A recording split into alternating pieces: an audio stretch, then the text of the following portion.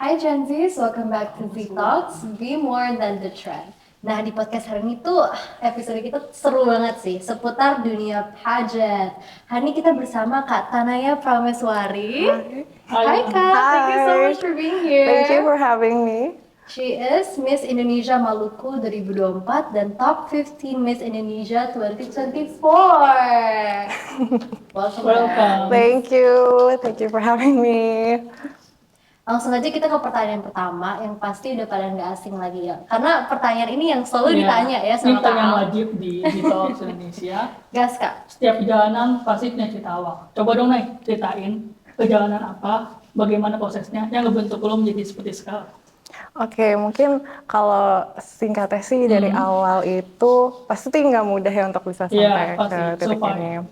Bisa survive sampai sekarang. Tapi aku tuh waktu dari kecil mungkin masuk ke dunia pageant juga nggak ada background dari modeling atau apa itu tuh nggak ada. Tapi more to pas SD itu mungkin sama mamaku disuruh ikut kayak lomba fashion show. Terus I really like to play dress up waktu kecil, kayak dibeliin kostum Barbie atau princess-princessan tuh pasti kayak seneng gitu. Nah mungkin dari situ kali ya ada udah mulai interestnya. Nah terus pas ikut lomba pas SD TK tuh kalau fashion show suka dapet juara gitu. Berarti udah emang bakat dari Ada kecil mungkin ya gitu. Ada. Kalau I trace back and I look back kayak oh ya mungkin kayak gitu, ada bakatnya kayak gitu. Nah terus tapi kalau bicara soal confidence-nya itu enggak, itu belum tumbuh lah at the time gitu.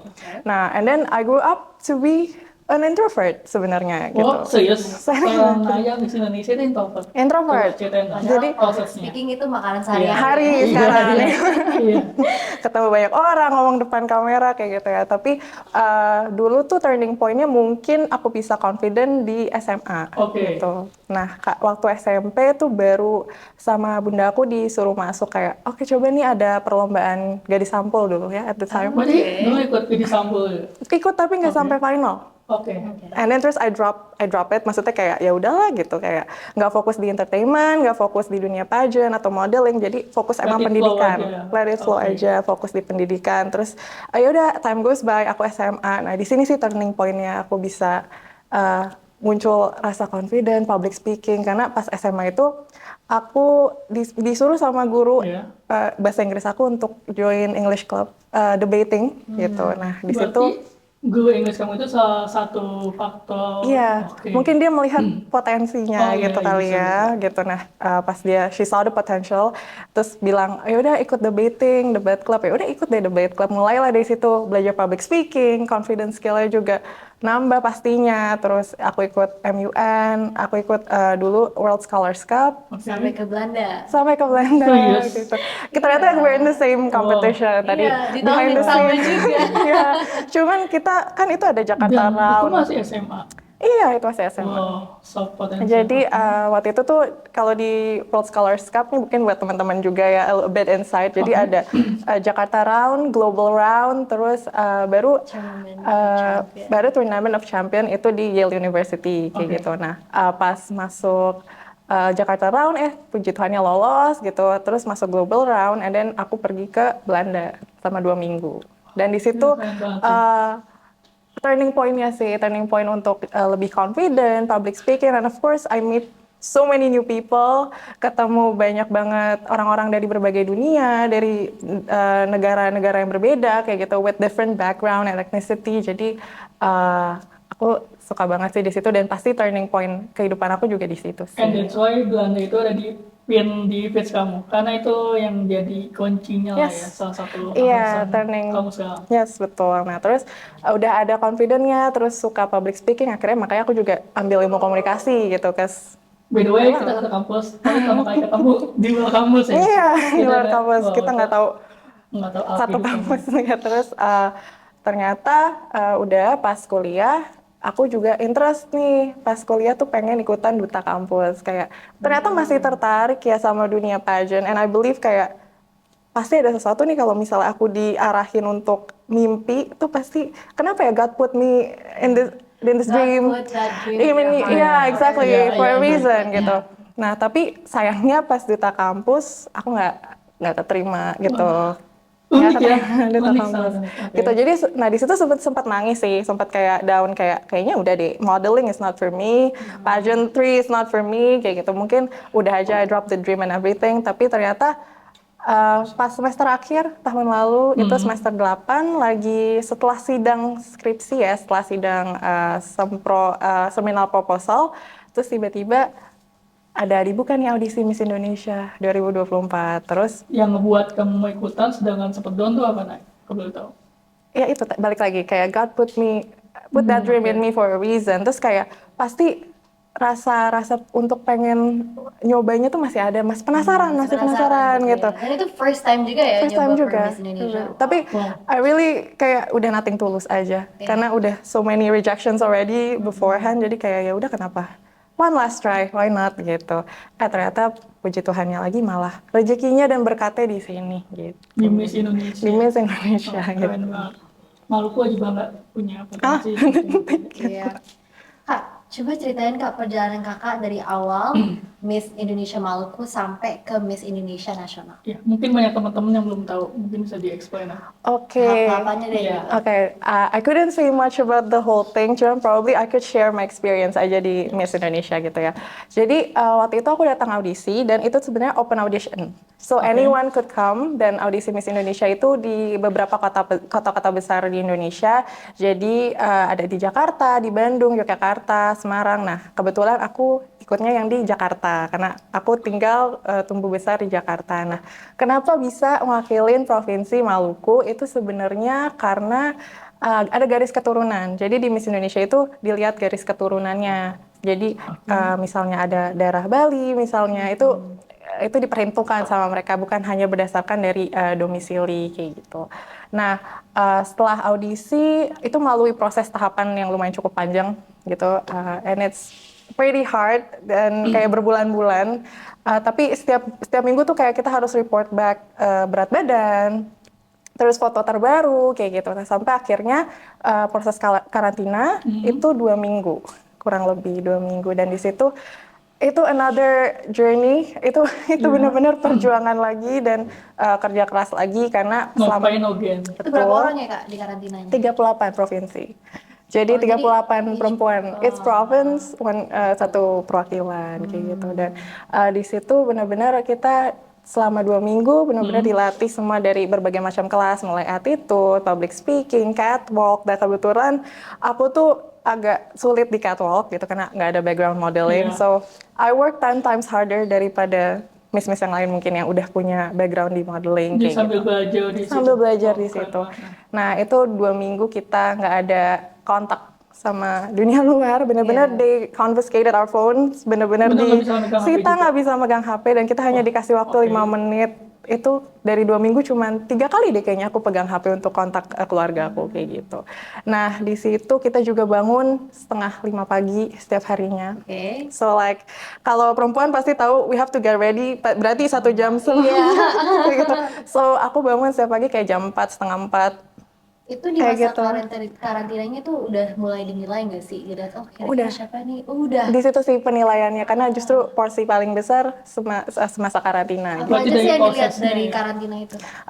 Mungkin I really don't know mereka penilaiannya kayak gimana ya. Cuman kalau misalnya pertanyaannya untuk kenapa bisa masuk top 15 misalnya, kalau di Miss Indonesia itu sendiri kita tuh ada fast track namanya. Jadi kalau misalnya kita menang salah satu dari fast track ini, itu udah auto Udah masuk lolos.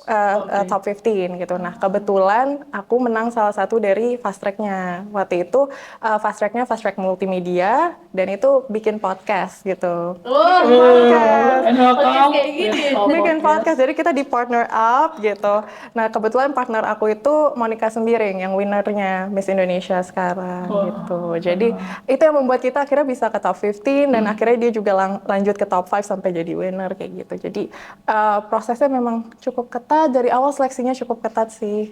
Emang butuh perseverance aja gitu. Oke, lanjut ke pertanyaan selanjutnya. Apa aja persiapan yang Naya lakuin untuk mengikuti ajang Miss Indonesia, baik dari segi fisik maupun mental? Kan itu penting banget ya, mental Oke. tuh mental health apalagi buat kalangan Gen Z. Oke, Mentalnya Kak. nggak boleh lemah ya. Benar. Apalagi tadi mungkin pas dengar kayak harus bangun jam 4, jam setengah Oke. 4, terus kita tuh selesai rehearsal every day itu midnight. Jadi kita Wah. masuk ke hotel itu udah jam 12, jam 1 kayak gitu. Dan berarti kita cuma tidur kayak kadang-kadang juga 1,5 jam gitu. Tapi berarti ya fisik ya, persiapan Iya. fisik kali yang aku bisa share. Persiapan fisiknya mungkin sebelum karantina tuh jangan banyak begadang, keep your body in shape juga karena harus rajin olahraga sih karena kan kita pastinya pas karantina tuh benar-benar dilihat lah, diperhatiin gitu. Nah terus apalagi ya mungkin harus enough rest sih. Kalau mentally mungkin harus siap benar-benar karena itu bayangin Nah aja iya, itu yang paling penting buat itu Gen sih Z. paling penting sih, kayak more than the physical ya kalau Gen Z ya. Kalau kita kayak mental, mungkin aku lebih ke state of mind-nya aku gitu. Oke. State of mind-nya harus sudah difokusin. Oke, hari ini sekarang ini lagi mau karantina Miss Indonesia gitu. I don't put my focus di yang luar, tentang mungkin kayak waktu itu aku masih nyusun skripsi juga, belum sidang gitu. Aku lupain dulu, terus masalah-masalah aku di luar Miss Indonesia aku lupain dulu. Jadi benar-benar keep my focus di situ. Ada goalnya kan, ada goalnya karena waktu itu tuh yang sebelum aku, kakak senior aku Miss Indonesia 2022, dia tuh juga udah masuk jajaran top 15. So there's a pressure untuk bawa lanjutin nama provinsinya Jadi mau nggak mau gitu. harus Iya, ya, kayak jadi aku yang kayak ya, secara betul. nggak langsung, oke, harus tetap fokus gimana caranya nggak begitu toxic ambition yang kayak oke pokoknya harus nggak gitu sih, Soalnya tapi kalau lebih jangan perso banget ya. iya, Kayak tapi dulu. lebih ke set fokus aja sih di Oke, situ. berarti Tapi fokus intinya. kakak tuh pernah sempat down gitu nggak sih pas masa karantina itu? Iya, itu the big question sih, itu penting banget. Pasti karena this is the first time 2 minggu benar-benar nggak ada kontak sama keluarga, nggak ada kontak sama teman, benar-benar I don't know what's happening in the outside world. Sampai kita tuh nanya ke chaperone kita kayak ada apa sih tren di TikTok saat ini Serius? gitu. Karena kita benar-benar Saking nggak nggak tahu tahunya gitu apa-apa gitu.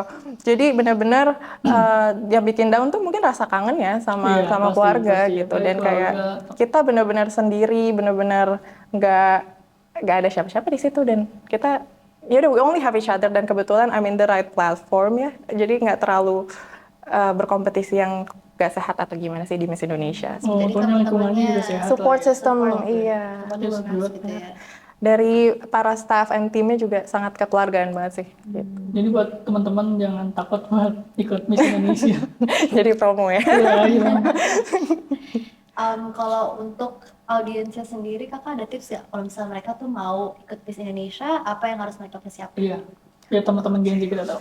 Oke, mungkin kalau dari aku, berdasarkan pengalaman aku sendiri, jangan mudah untuk menyerah ya. Karena awalnya aku juga untuk bisa sampai di tahap ini, kayak pasti banyak banget tadi kan udah berapa kali gagal, mau masuk dunia modeling gagal, masuk dunia pageant juga, baru yang awalnya kecil-kecil sebenarnya mimpinya ya, terus gagal, tapi ternyata Tuhan kasih berkatnya yang lebih besar, yang bahkan beyond yang bisa aku pikirin. Jadi kalau memang kalian ada mimpi, lanjutin aja guys, karena nggak akan tahu larinya itu kemana dan berkatnya itu di mana. Karena kalau misalnya emang berkatnya itu untuk udah buat kalian, tuh nggak akan ngelewatin kalian sih. Itu yang bisa aku share mungkin. Setuju banget, karena ya mungkin Tuhan nggak bisa ngasih apa yang kalian mau, tapi Tuhan tahu apa yang terbaik buat kalian semua. Betul banget. Paham? Dijajain ya, Iya Dita? ini ya. Kita udah banyak jajah, jadi kan dari kemarin tuh kita ngejajah mulu di podcast. Biar kayak Gen Z banget ya. Tapi itu kan seorang Miss Indonesia itu biasanya terkenal dari kualitas public speakingnya, terus habis itu kegiatan sosial juga yang mereka lakukan kan. Itu kakak cara mempersiapkannya gimana? Karena yang aku lihat dari Miss Indonesia tuh, aduh public speaking mereka tuh bagus banget. Kayak kadang kan ditanya on the spot gitu ya pertanyaan, terus mereka harus bisa jawab dalam beberapa menit gitu kan. Itu gimana kak? Oke, kalau bagian untuk Q&A-nya itu memang kita selama karantina, they give us kayak berapa ratus pertanyaan gitu, yang possible question yang bakal keluar saat malam final gitu. Tapi benar-benar, dan kalau kita masuk top 15, karena hanya yang top 15 dan top 5 yang akan answer dari Q&A-nya gitu. Nah, jadi benar-benar kita persiapannya, kadang-kadang gara-gara nggak terlalu berkompetisi ya, kita saling help helping each other out gitu kayak, oh, what do you think about this issue? Kayak menurut kamu kayak gimana? Ini udah benar belum ya? Kita saling sharing dan tukar pikiran juga sih selama di situ. Jadi ada discussion-nya. Ada discussion-nya, saling helping ya. Ya, I'm in the right platform sih I would say gitu. Ada tipsnya nggak sih dari mereka kayak cara nge-structure speech-nya Iya. atau apa gitu? Karena kita kan nggak ada momen persiapannya langsung harusnya jawab itu kayak gimana kak? I would say mungkin dari pengalaman aku sih lebih ke langsung percaya diri aja sama apa yang kita pikirkan sih gitu. Pasti kalau confidence sih pasti is key banget di public speaking gitu karena kalau kita nggak bisa membawa diri dengan baik, kita nggak percaya diri, pasti nanti yang akan disampaikan ke audiens juga belum tentu bisa tersampaikan dengan baik ya gitu. Jadi Kamu kan top 5 Miss Indonesia ya, pasti persaingan ketat banget tuh. Nah, gimana cara kamu menghadapi supaya kamu bisa percaya diri di tengah up and downs dan lain sebagainya? Oke, mungkin percaya diri itu datangnya kadang-kadang dari lawannya percaya diri itu kan insecurity ya. Iya, Iya. pasti. Pasti rasa insecurity, tapi I think my biggest competitor and enemy itu bukan orang lain sebenarnya, tapi diri aku sendiri. Agree. Diri aku sendiri. Agree. Karena kadang-kadang kita taruh pressure terlalu banyak sama diri kita sendiri yang kayak jadinya itu yang membuat pikiran kita tuh jadi nggak confident, jadi insecure. Padahal sebenarnya the one thing that we have to compete is ourselves. Gimana caranya kita berprogres better than before? Gimana caranya setelah karena hidup ini belajar terus menurut aku. Iya, benar. Kita nggak akan Dan berhenti benar. belajar dan nggak bakal jangan pernah gampang puas sih menurut aku ya. Dengan kayak gitu kita akan mau belajar terus, belajar dari banyak orang gitu. Jadi itu sih yang membuat confidence aku terus meningkat ya. Kayak I don't wanna feel insecure about other people karena aku tahu kita semua punya kelemahan dan kelebihannya masing-masing. Nggak ada sempurna ya. Even di karantina itu surrounded by so many girls yang ibaratnya kan udah terpilih ya dari masing-masing provinsinya itu. So we have the same strength. Kayak maksudnya udah sama-sama ini gitu. Nah, pasti kan akan ada rasa kayak aduh gitu. Udah Minder gitu sama-sama. kan? Ya, awalnya iya, tapi terus setelah melihat kayak oh, she has also a weakness dan aku juga ada kekurangan dan aku ya aku, dia. Pasti ada yang something I can give that she doesn't have gitu. Jadi nggak perlu lah insecure. Kita semua pasti punya itu masing-masing dari diri kita. Tapi gue suka sih attitude Kanaya ini karena yang gue denger dari dunia pageant itu banyak banget yang bilang toxic gitu. Dan ini gue makanya lumayan kayak surprise Kanaya bilang lingkungannya bagus kok, tuh support sistemnya juga bagus. Ternyata nggak semuanya kayak gitu ya. Iya, kebetulan sih I'm in the right platform. I mean I don't know about other pageants, cuman I'm in the right platform yang dimana bener-bener kayak kekeluargaan banget sih. Waktu Miss Indonesia tuh banyak momen-momen berkesannya lah gitu. Jadi buat teman-teman yang merasa takut buat join Miss Indonesia karena lingkungannya toxic, enggak kok ya, udah diluruskan sama tanahnya sendiri. Kalau buat Kanaya sendiri, what is Miss Indonesia? Apakah sekedar title atau apa gitu? Oke, kalau for me Miss Indonesia itu is more than just a title. Oke. Kita selalu bilang Miss Indonesia is more than just a crown. Itu udah menjadi value-nya kita. Dan di Miss Indonesia sendiri kita tuh punya values. Kalau misalnya orang-orang awam mungkin taunya, mungkin teman-teman juga pada tahu kalau beauty pageant tuh pasti harus 3B ya. Beauty, brain, and behavior gitu. Nah, tapi kalau di Miss Indonesia sendiri kita punya core values-nya itu ada 4. Itu MISS, jadi singkatannya manners, impressive, smart, and social. Jadi setiap Miss Indonesia tuh pasti punya ini, keempat ini gitu. Kita bukan hanya cuman just pretty, tapi kita punya attitude-nya ada. Terus impressive, kita juga pasti ada other talents that we have, more than just being smart, atau cuman pinter aja, atau cantik aja. Terus social, kita juga harus punya social skills yang tinggi, tentunya jiwa sosial terhadap isu-isu dan sesama, empati yang tinggi gitu sih. Iya, orang hebat yang pernah aku temuin, pasti mereka punya rasa sakit. Sebenarnya ini, gue udah nanya ini ke Naya, tapi ini untuk teman-teman semua ya. Apa sih rasa sakit apa yang Naya harus bayar supaya Naya bisa sampai ada di titik ini? Karena gue selalu percaya yang namanya setiap kesuksesan pasti ada harga yang harus dibayar. Agak deep ya pertanyaannya. We go deep ya gitu. Mungkin aku growing up was pretty tough for me. Because I come from a broken home family. gitu. So I was raised by a single mom. Jadi I saw bagaimana perjuangannya seorang wanita itu bisa membesarkan anaknya sendiri. Mungkin that's why juga aku sekarang grow up to be yang women empowerment and all that gitu mungkin.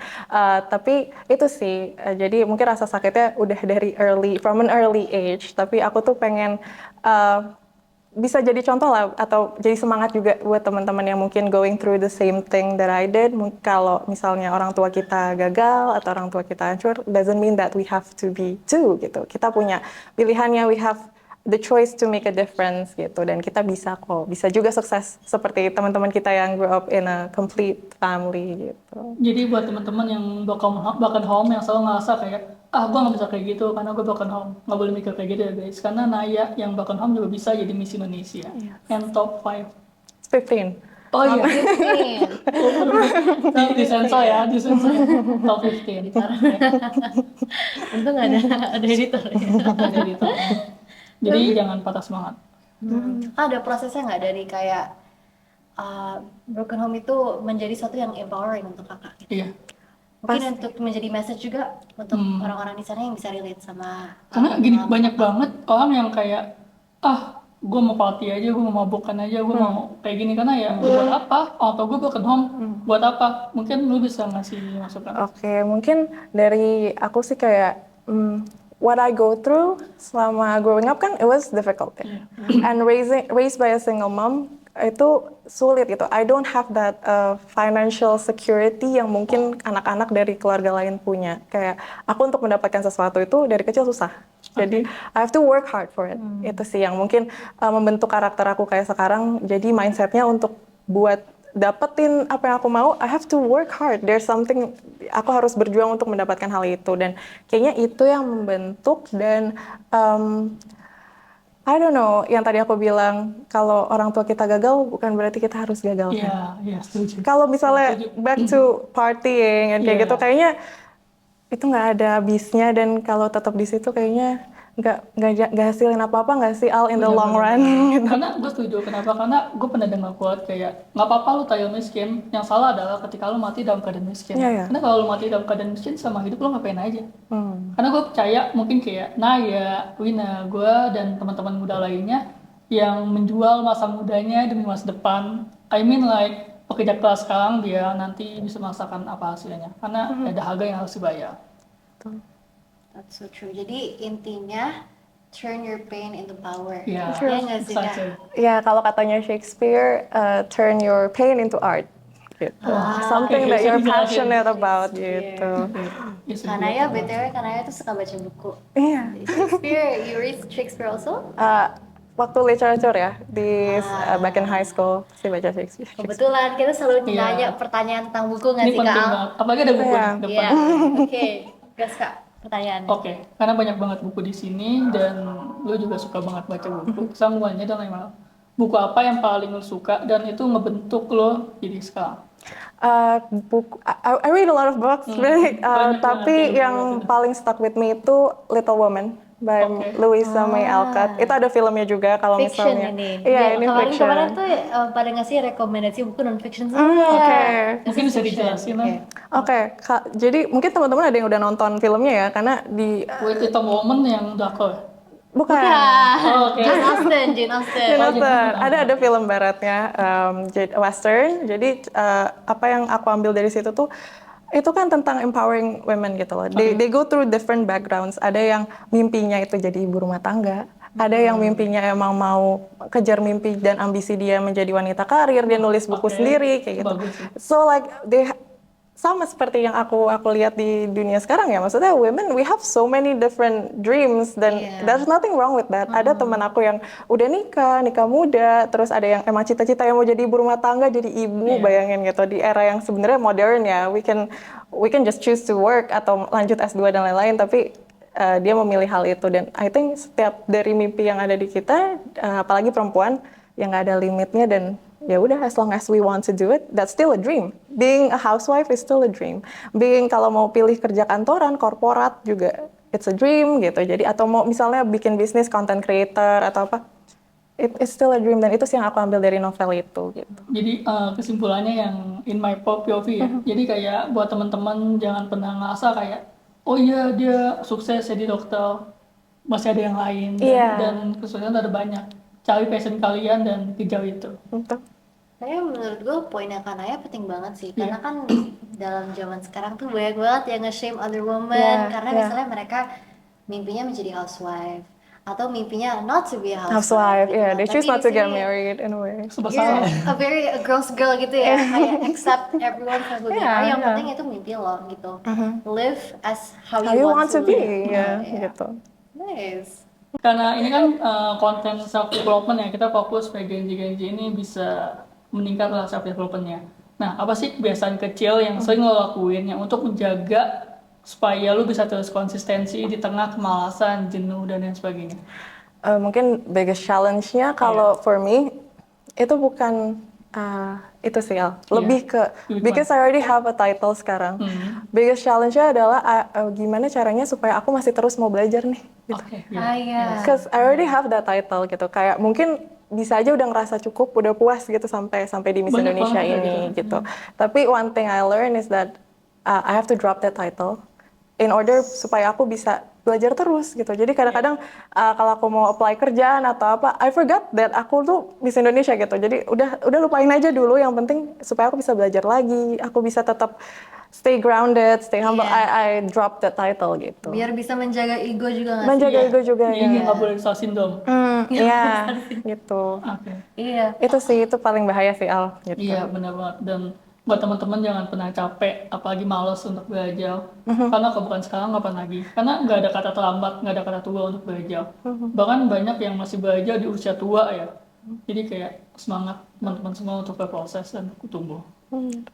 Dari sini tuh yang gue lihat Kanaya itu vibes-nya positif banget.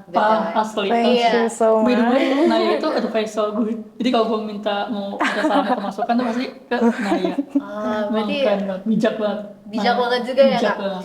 Aku tuh pengen tahu, kakak tuh gimana cara bangun mindset positif ini? Iya, Karena iya, untuk betul. beberapa Gen Z yang menghambat mereka di perjalanan self development ini tuh, negative thought, negative Iya. thinking, overthinking lah. Overthinking.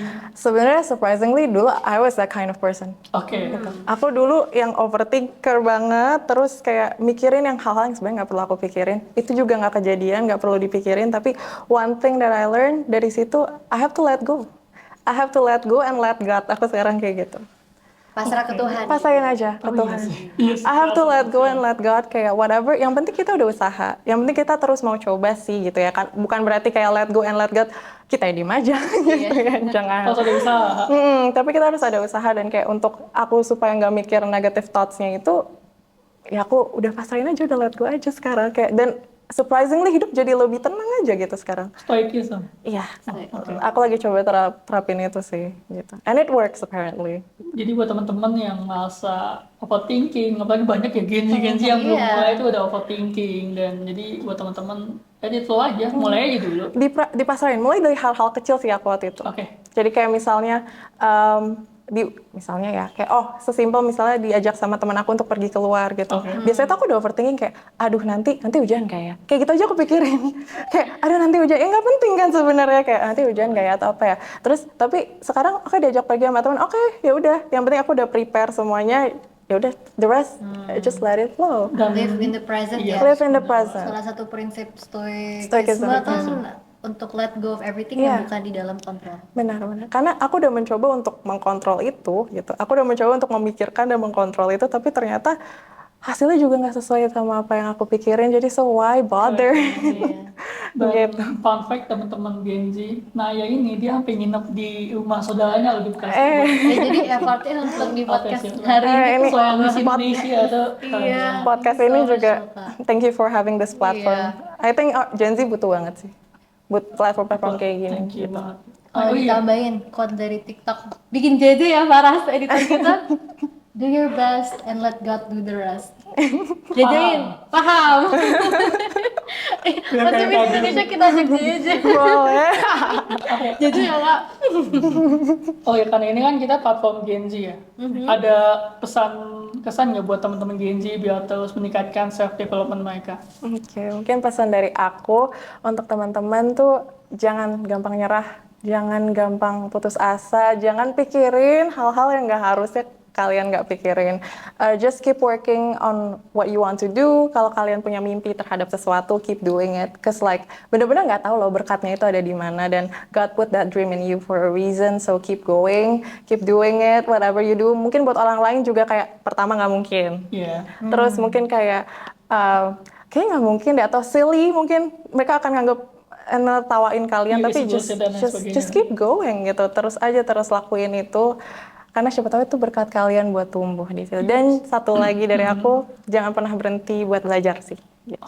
Yes. Mau nambahin dari kata-kata Naya. Jadi itu benar banget. Kita mulai dulu, kita harus berani untuk mulai sesuatu. Kenapa? Karena ya kalau kita nggak berani mulai nggak akan ada situ harus.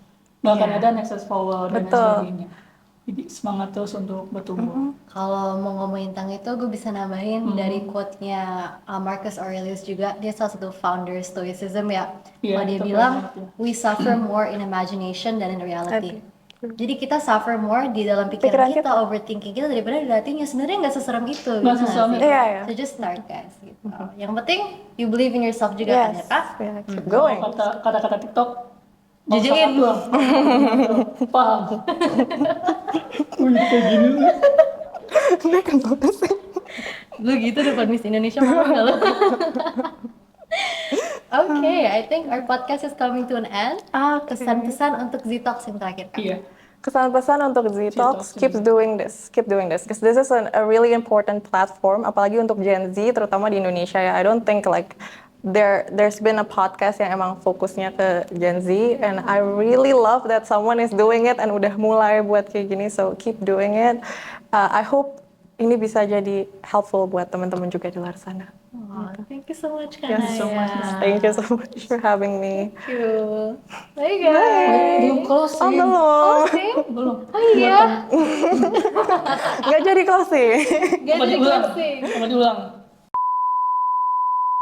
Terima kasih banyak untuk teman-teman Gen Z yang udah nonton Z-Talk Indonesia di episode kali ini, mendengarkan storytelling inspiratif dari Miss Indonesia Tanaya Pamaswari. Buat teman-teman pantau terus Z-Talk Indonesia karena kita akan membawakan konten-konten self development yang sangat seru, inspiratif melalui storytelling Gen Z inspiratif lainnya.